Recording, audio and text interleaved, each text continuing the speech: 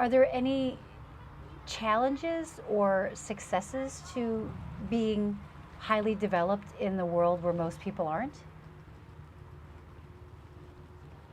Well, what happens when you develop yourself is your world expands. It expands inwardly. So the physical world becomes only a part of as you grow on the etheric world, that becomes a part of the physical world. And the physical world is smaller than the etheric world. And then as you grow on a deep emotional level, that becomes a part of your world in which you live. And the physical world becomes an even smaller part. So it's half an answer to the question that you asked before. That's what happens, is you're partially living in the inner worlds. And your perception of life is the inner world. And of course you see some people completely lost in the outer world.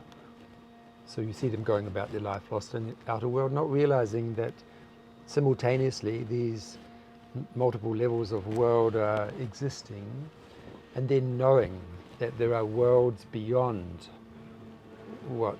So I know that there are worlds beyond the worlds that I'm competent in living in. And my old teachers and the teachers beyond them and the beings that we might know beyond them are living in worlds that are so more sublime than we can conceive. So that's just how it feels. That's how it feels. So I know that I'm lost in these worlds, and these beings see me lost in these worlds, and I see other people lost in the physical world. Or sometimes they get involved in the etheric world, some side shamanic type of practices, and then they think they've got something, and you just see them lost in the physical etheric world.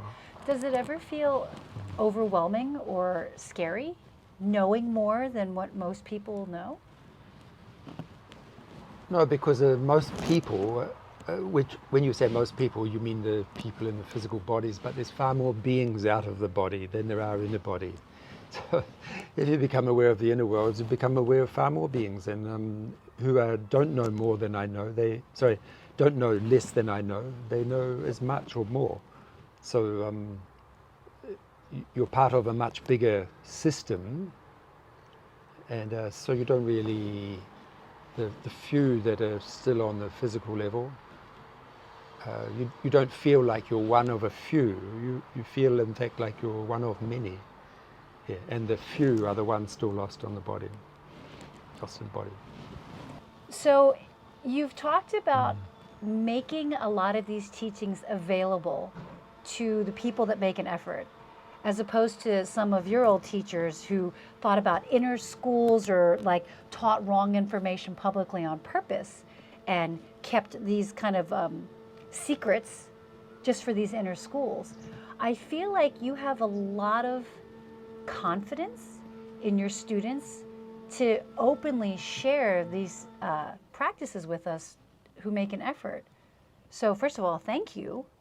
But second of all, I'm almost a little nervous about that, because I feel like people can make a video of you doing something and put that out there, and then other people, when we're gone, people are going to see that video and say, this is the way he practiced. I mean, do you worry about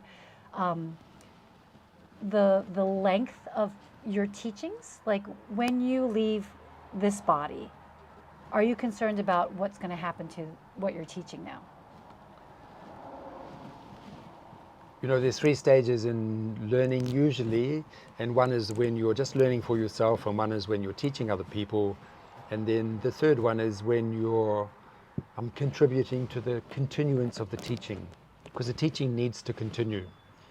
And so usually as people are getting older in the teaching, that becomes their main concern, how the teaching will continue, because if suddenly everybody here stopped practicing, everything I taught would disappear out of the physical world and be lost.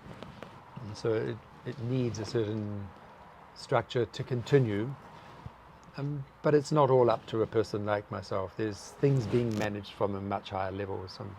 So the teaching that I give out is managed by an array of beings who are involved in that teaching. And so it's not just me that's giving out the teaching. I do my best, and I need to make sure that the teaching will somehow continue in its best form, because some teachings die away and others grow. The essential thing of whether the teaching grows or not is what support it's receiving from the inner levels. So if I make something up out of my head, some brilliant teaching, and I add a bit of science and a bit of this and a bit of that, and I teach it, there's no particular support from the inner levels. When I'm gone, it will be gone, guaranteed. These things just fade away. You see it all the time. A lot of students, big teaching, it's gone. Something like Buddhism, 2,500 years old, and it's as strong now as it ever was. Because actually the Buddha and an array of beings stand behind it. And it was a very good teaching that's put out. There's no, it's lacking in the violence, it's lacking in the trying to push it on other people and so on. So it's a very pure teaching, and it's still supported. And I've just been living in Thailand for a while, and it's very, very strong there. The Thai people are Buddhists. They really believe in it, and they respect the Buddha and the Buddha's teaching. So whether a teaching lives or dies is partially due to someone like myself, but in a very small way. The big thing behind it is whether it's supported from the inner levels or not.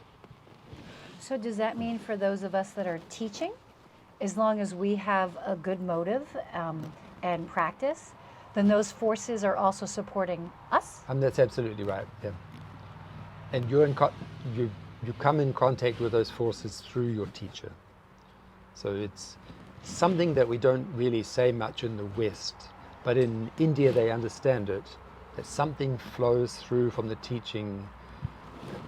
They sometimes say, there's 1/3 comes from God, 1/3 comes from this is the Indian, 1/3 from your teacher and 1 from the teaching itself. That's a reasonable idea. Actually your connection with this array of support comes through your teacher until you're at a level where you can receive it directly, if you reach that level, and then it will come through you to your students. Mm-hmm. So if you don't have a developed teacher, a somewhat developed teacher, managing a teaching, it will not succeed, because they can't transmit even if there's an inner something behind it, they may not be able to transmit enough of that, what's needed for a person's inner growth. So we don't normally talk about that in the West, because it may lead to the teacher then being looked at as some sort of God figure, or you don't have to do much, I'm just going to put out my energy and you're going to be evolved. All these types of misuses of that. So it's better to hardly even know about it, but it's something that happens very strongly and makes the difference whether it's just a mixture of people with some practices, or whether it's something really happening. There's a lot going on in this world, and there's a lot to understand and know. So I just want to say thank you for joining us again for this interview. You have so much more to share. So I hope that we can do it again. Right.